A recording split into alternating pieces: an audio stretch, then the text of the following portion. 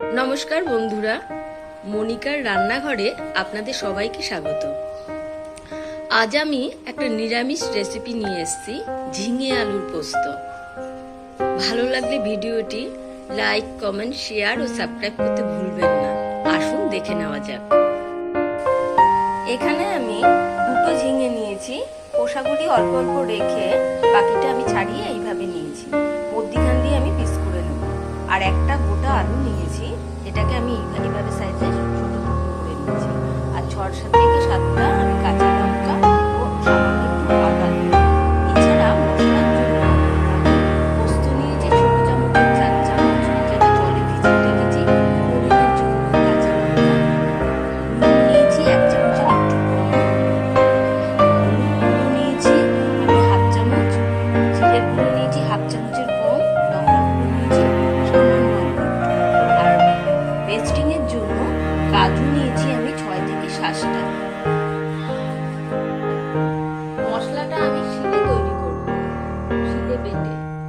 এখানে আমি পোস্ত, কাঁচা লঙ্কা, নুন, হলুদ ও কাজুটা আমি একসাথে নিয়েছি। এটা আমি বেটে নেব। আদাটা আমি বেটে নেব। করে আমি 2 চামচ তেল দিয়ে দিচ্ছি, সরষের তেল। এরপর তেলটা একটু গরম হলে আমি কালি জিরার ফোড়নটা দিয়ে দিলাম। একটু ভাজা ভাজা হলে আমি ঝিঙে ও আলুটা আমি দিয়ে দেব, তবে আলুটা একটু ভাজা ভাজা করে নেব। আলুটা কিছুটা ভাজা ভাজা হয়ে যাওয়ার পর আমি ঝিঙাগুলিকে ছেড়ে দেব।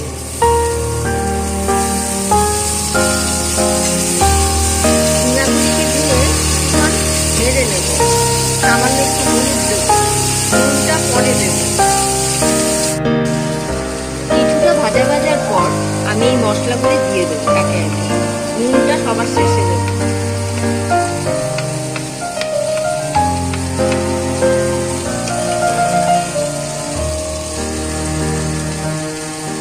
এই পোস্ত বাটার এইটা দিয়ে দিচ্ছি মশলাটা।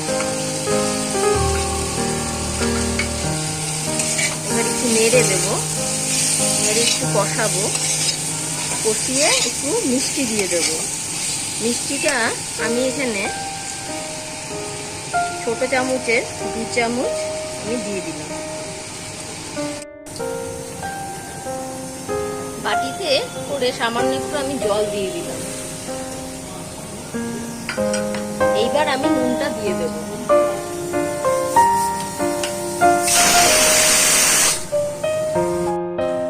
এবার আদাটা আমি দিয়ে দিলাম।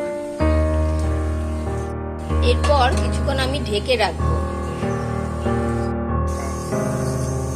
সামান্য একটু কাঁচা তেল